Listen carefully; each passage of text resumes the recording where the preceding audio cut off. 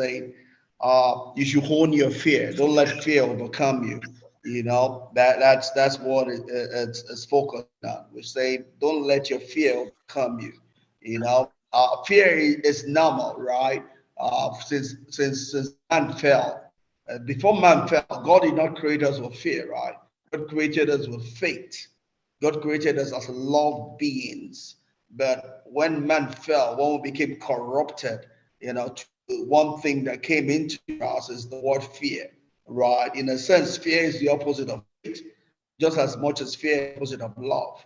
So you have two things that's combating against one, right? We're created as faith, love being, right? But corrupt state, falling from a place of glory that God made us and put us, right? That corruption comes with what the big word fear, right? And fear fights, negates faith and love in our life, right? To the extent to which we give in to fear is the extent to which we live a life that is not born out of faith or born out of love, right? And when it comes to communication, it's also a big enemy we have to fight against.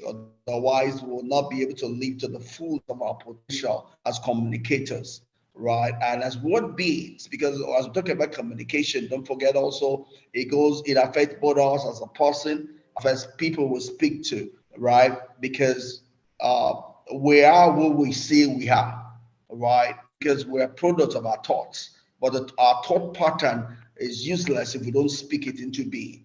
It's speaking to of our thought that creates the person we become, whether it be negative or positive, right? Our self-esteem, self-respect, it's out of the words we produce, but the thoughts of our heart, right? We are who we say we are, not what we believe about what we are saying, right? So this goes just beyond what we're talking about. It affects every segment, part of our lives.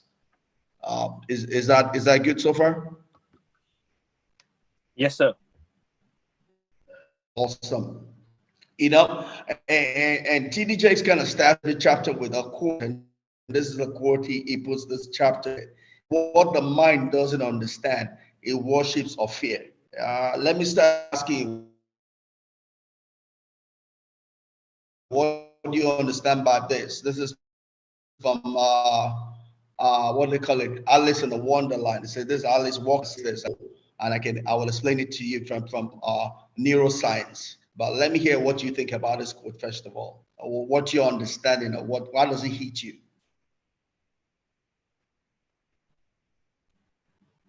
Hey, Chidi, So just putting the floor for you. a fast Yeah, one. all right. Yeah, in Igbo, they say what one doesn't know is bigger than him or her. So relating it to this, which I think is what it is, if someone says that because you don't know something, that means that is bigger than you.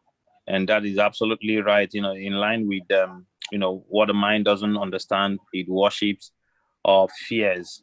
I remember when I was in primary school, when I see what people in secondary school are doing, I'm like, God, this is too much. Will I ever be able to do it? But today, if you bring some of those things to me, I'll look like, what is this?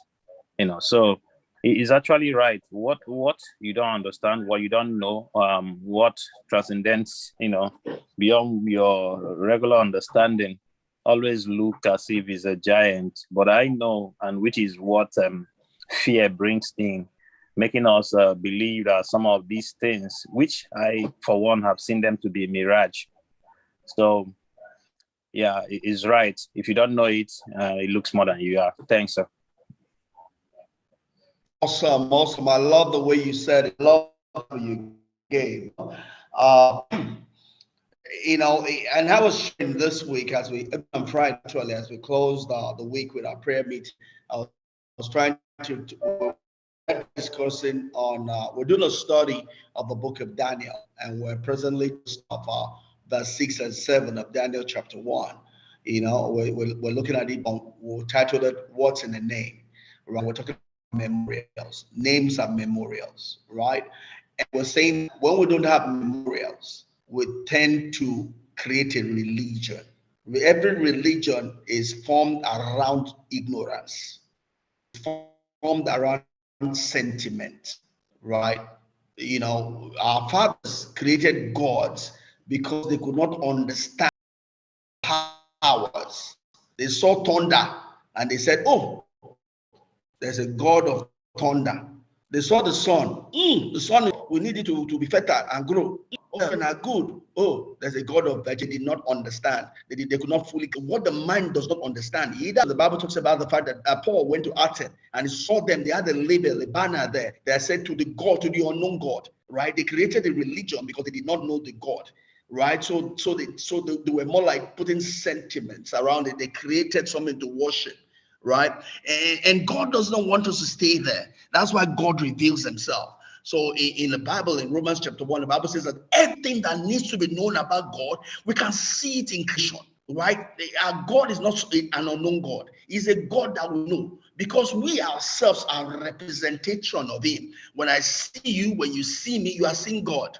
Because don't forget, he said we are created in his image and in his likeness, right? Everything around that we need to know to see God, even though it's invisible, but everything we need to know him is all in what he has created. He leaves a signature in his creation.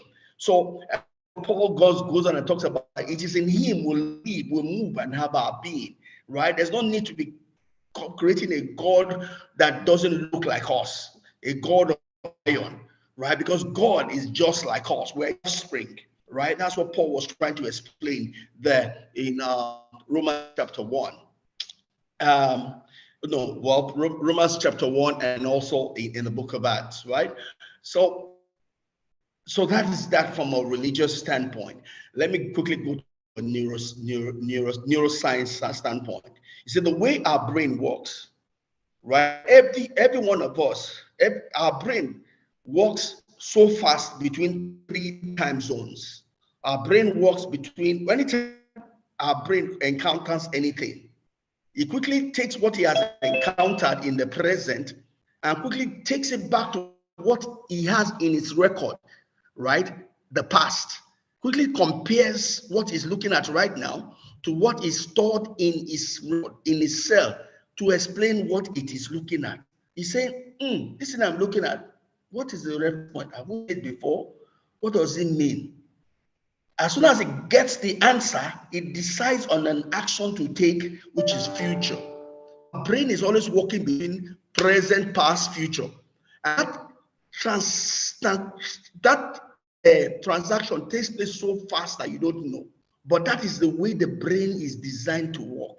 Everything we see, the brain could interpret it based on what it has seen before, what it has decided before.